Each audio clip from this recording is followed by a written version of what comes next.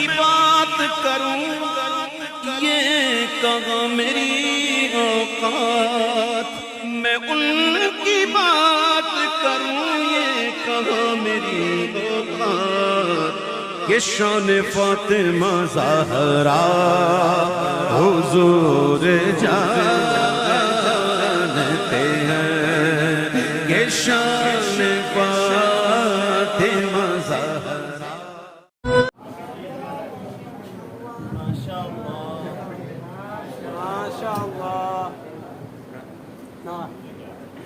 السلام علیکم ورحمۃ اللہ تعالی وبرکاتہ۔ وعلیکم السلام۔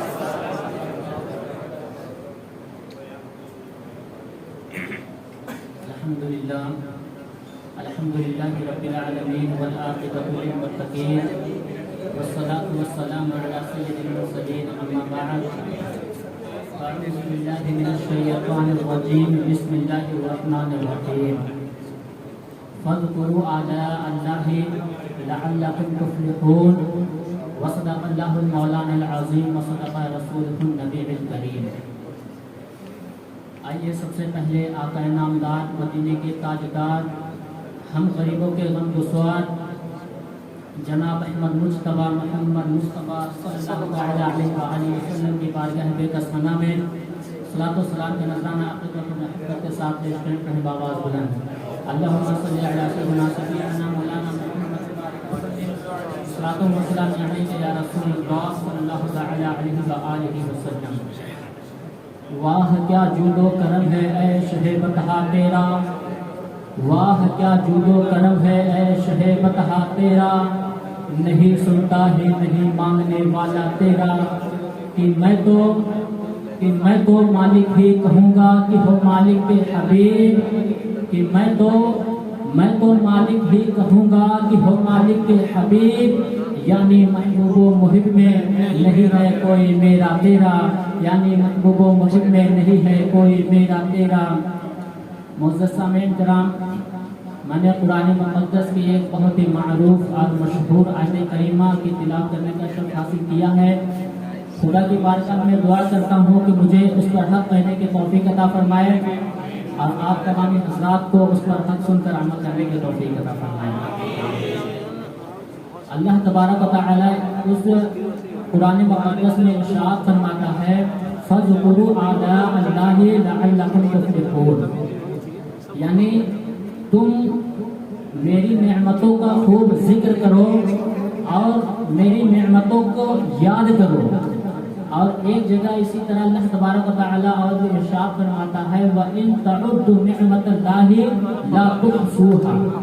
یعنی ایک جگہ اللہ تبارک و تعالی ارشاد فرما رہا ہے کہ اے میرے بندو، تم میری نعمتوں کا خوب ذکر کرو، اس کو یاد رکھو۔ اور دوسری جگہ یہ بھی ارشاد فرما رہا ہے، اے میرے بندو، تم میری نعمتوں کو گن نہیں سکتے، میری نعمتوں کا شمار نہیں کر سکتے، یعنی کتنی نعمتیں ہیں تمہارے پاس، ان نعمتوں کا ذکر تم نہیں کر سکتے۔ مجھے اس بات پر یہ بات بھی حیران کر دیتی ہے کہ وہ نادان جو یہ کہتے ہیں کہ اللہ تبارک و تعالی نے حضور کو اتنا عطا کیا ہے یا اتنا دیا ہے یا اتنا دیا ہے، تو اس بات پہ مجھے یہ حیرانی ہوتی ہے کہ اللہ تبارک و تعالی نے جب ہمیں اتنی نعمتیں عطا کر دیا ہے، جن نعمتوں کو ہم گن نہیں سکتے، جن نعمتوں کا ہم شمار نہیں کر سکتے، تو اللہ تبارک و تعالی نے جب حضور کو کتنا دیا، ان چیز کو ہم کیسے گن سکتے ہیں؟ یعنی انہوں نے کتنا، اللہ تبارک و تعالی نے میرے آقا کو کتنا دیا، ہم یہ کیسے اس بات کا ہم شمار کیسے کر سکتے ہیں، ہم کیسے گن سکتے ہیں؟ جب ہم اپنی نعمتوں کو خود نہیں گن پا رہے ہیں تو ہم یہ کیسے اندازہ لگا سکتے ہیں کہ اللہ تبارک و تعالی نے میرے آقا کو کتنا عطا کیا ہے؟ یعنی جس نے دیا اس کو پتا ہے اور جس نے لیا ہے اس کو پتا ہے، ہمارے بس کی بات نہیں ہے۔ تو میں یہ عرض کر رہا تھا کہ اللہ تبارک و تعالیٰ ایک جگہ ارشاد فرما رہا ہے کہ میری نعمتوں کا خوب خوب ذکر کرو، اس کو یاد رکھو، اور دوسری جگہ یہ بھی ارشاد فرما رہا ہے اے میرے بندو تم میری نعمتوں کو شمار نہیں کر سکتے، اس کو گن نہیں سکتے۔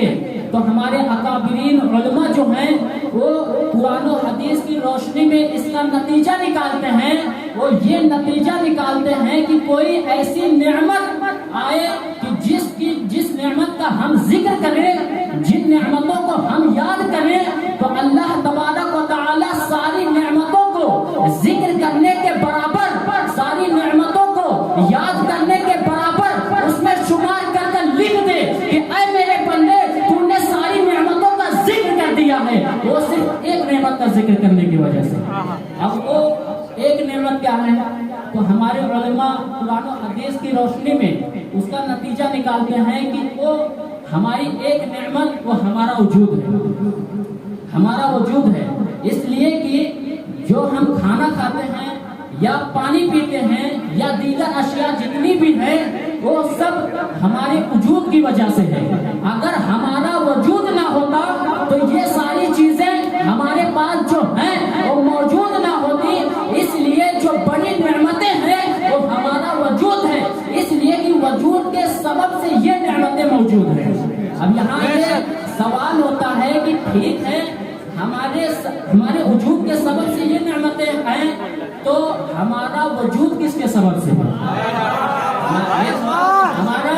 جو وجود ہے یہ وجود کس کے سبب سے ہے؟ تو علماء کرام قرآن و حدیث سے یہ نتیجہ نکالے، اس کے بعد یہاں پہ سوال ہو ہمارا وجود کس کے سبب سے ہے؟ تو ہمارا وجود پھر یہ معلوم ہو رہا ہے کہ ہمارا وجود میرے ماں باپ یعنی میرے والدین کے سبب سے ہے۔ میرا وجود جو ہے میرے والدین کے سبب سے ہے، اس لیے کہ میرے والدین نہ ہوتے تو ہمارا وجود نہ ہوتا۔ اب پھر یہاں سوال یہ ہوتا ہے کہ میرے والدین کا وجود کہاں سے ہے؟ تو یہاں یہ بھی آ جائے گا کہ ان کے والدین، میرے والدین کا وجود ان کے والدین کے سبب سے ہے۔ پھر یہاں سوال ہوگا کہ ان کا وجود کس سے ہے؟ تو ان کا وجود ان کے ابواب و اجداد کے سبب سے ہے۔ تو اسی طرح اگر آپ سلسلہ دیکھتے ہوئے جائیں تو سب سے پہلے بشر حضرت آدم علیہ السلام پر جا کر رکتے ہیں، اور ہم سب کے باپ ہیں نا، حضرت آدم علیہ السلام سب سے پہلے بشر ہیں، یعنی حضرت آدم علیہ السلام پر۔ تو جب ہم دیکھتے ہیں کہ ہم اپنے آپ کو جب دیکھیں کہ ہمارے وجود کے سبب سے یہ ساری نعمتیں ملی، اور ہمارا وجود میرے والدین کے سبب سے ہے، اور میرے والدین میرے ابواب و اجداد کے سبب سے ہے، اور میرے ابواب و اجداد ان کے ابواب و اجداد کے سبب سے ہے، تو جب یہ سلسلہ دیکھا تو ان کا وجود میرے حضرت آدم علیہ السلام سے یہ سلسلہ ملتا ہوا، یعنی ان کے سبب سے یہ ساری دنیا قائم ہوئی۔ تو جب ہم پھر یہ کہیں اے میرے مولا تو یہ بتا کہ حضرت آدم علیہ السلام کس کے سبب سے ان کا وجود ہوا؟ اللہ تعالی ارشاد فرماتا ہے لولا محمد خلقت آدم، اے آدم اگر محمد نہ ہوتے تو میں تجھے بھی پیدا نہ کرتا۔ جتنے بھی یہاں دنیا میں ہر ایک چیز، دونوں جہاں میں جنت دوزخ یعنی ہر ایک اشیاء اگر سب کچھ ہے تو میرے آقا کے صدقے میں ہے، یعنی اگر میرے آقا نہ ہوتے تو اس دنیا میں یا عرش میں کوئی دونوں جہاں میں کچھ بھی نہ ہوتا، یعنی میرے آقا کے سبب سے ہر ایک چیز ہے۔ یہاں ایک بات مجھے یہ بھی یاد آ رہی ہے، جو یہ اکثر نادان یہ کہتے ہیں کہ ہم ان کا کھاتے کہاں ہیں، تو میں ان سے یہ کہتا ہوں اے نادان حیا کر کہ تو صرف کھانے کی بات کرتا ہے،